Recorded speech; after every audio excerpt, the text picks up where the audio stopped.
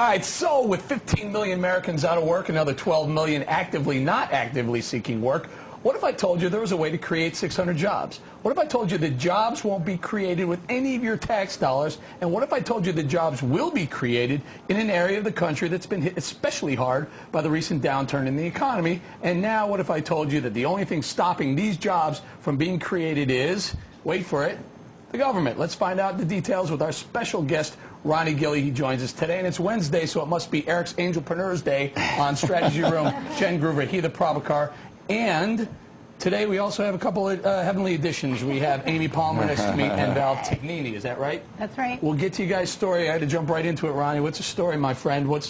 I read all the information. I've got pages and pages and pages. Sounds like a great feel-good story. You went out there, you're developing something that people want to see. What's stopping you?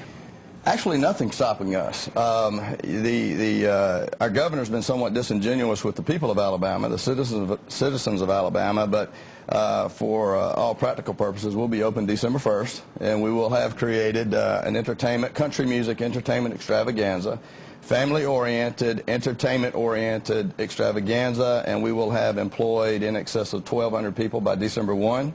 Over the next 5 years, we will have generated close to 6,000 jobs in the Wiregrass region of Alabama. That's in the southeastern corner of the state, the forgotten aspect of Alabama.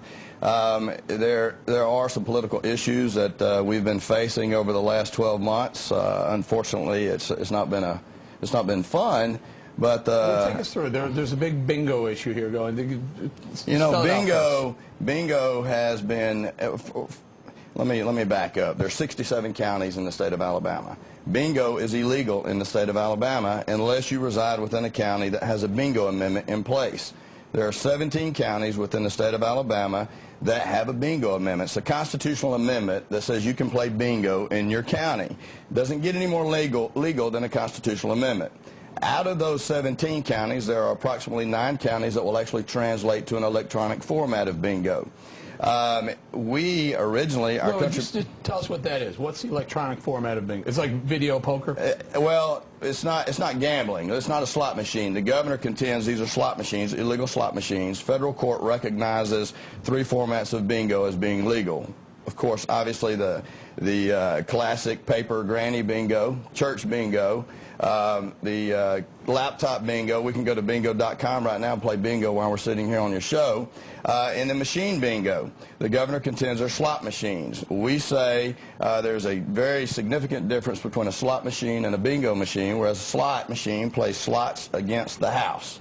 A bingo machine, if it's legal, you play bingo against other bingo players in the house. Bingo has evolved with technology, just like your cell phone has evolved with technology. It is a legal format of bingo, recognized by the federal court system. So tell me about the governor. What does he say? Well, the governor would like to say that bingo is illegal in the state of Alabama, electronic bingo. And we did all of our due diligence on the front end of this project from a legal perspective. Our 3 different law firms told us we were operating within the parameters of what our constitutional amendment allows us to do. The past 2 attorney generals have been of the same mindset that electronic bingo is a legal form of bingo. It's legal in Florida. It's legal in Oklahoma. You won't find a federal court case anywhere that declares electronic bingo illegal. Now, Ronnie, I read somewhere where the portion of the proceeds are going to go to charity. Absolutely. We'll generate a minimum of $2 to $10 million a year for charity. If our legislation is passed, which the governor is opposed to allowing the people of Alabama to vote on, should that legislation pass, we'll generate for the county of Houston County alone, $52 million in tax revenues over the next 10 years, and for the state of Alabama, $432 million in tax revenues over the next 10 years. Now, why would the governor not think this is a great idea? Well, you know, we can get into propaganda and innuendo, which I think the governor has fully engaged in such over the last 2 years. We all know the widespread rumors that have taken place in regard to the Jack Abramoff and Michael Scanlon Native American. But tell us what Give us a little flavor of that. Well, the governor has been accused during his 2002 gubernatorial campaign of accepting campaign contributions from the Choctaw Indians in Philadelphia, Mississippi, which is just across the state line in Alabama.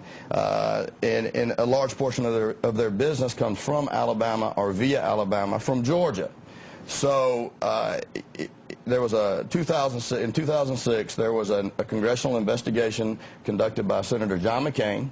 This is all in a 275-page report that I would invite you to read, that proves beyond any shadow of a doubt there were millions of dollars that went into Alabama politics during the 2002 election year. And, you know, it appears maybe if there's smoke, maybe there's a little fire. I wasn't there. I don't know if the governor took any money. He's certainly been accused of it. Tell us about the Indian reservations. Where are the they? Indian reservations? First off, let's talk about facts about gaming as it pertains to Alabama. If I were being funded by a foreign state, particularly Mississippi, let's talk about Mississippi in particular. Every single day, 9,000 Alabamians leave the state of Alabama and cross the border into Mississippi, collectively spending $35,000 an hour, 24 hours a day, 365 days a year. That's pretty doggone significant if you want to ask why would our governor, if he indeed is being funded by the Indian reservation in Philadelphia, Mississippi, to be opposed to gaming in Alabama. There are 3 Native American facilities within the state of Alabama. The Porch Creek Tribe, they have a facility in Wetumpka, Tallapoosa, and Atmore, at which they've been playing electronic formats of bingo since the year 1998, I believe. Electronic forms of bingo have been performed in Alabama since 1992. Non-Native American entities have been playing electronic bingo in Alabama since 1997, I believe is correct. So, you know, why all of a sudden, out of nowhere, the governor comes out and wants to declare electronic bingo as illegal.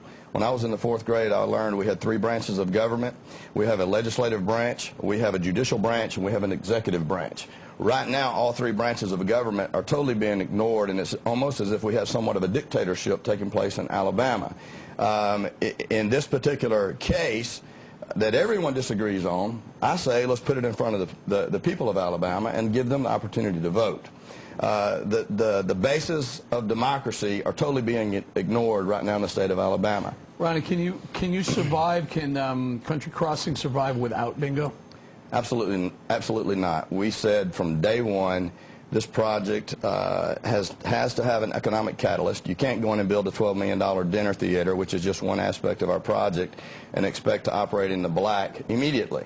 There has to be some form of an economic catalyst. In the beginning, our economic catalysts were ancillary residential retirement spinoffs developments.